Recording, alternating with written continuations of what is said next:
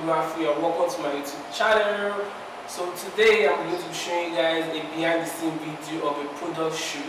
We're using a technique called light painting technique. It's a technique in where you reduce your shutter speed and use a lighting object and paint on behind or in front or even within your subject. So we'll just get into this behind the scene video and I'll show you how the after looks like. So if you know you are new to my YouTube channel, please subscribe, click the subscribe button, and if you know you like the video, please give it a thumbs up, and as well please leave an idea of what you think, a comment on the comment section. Let's see what you think about the video. So with no further ado, let's get started.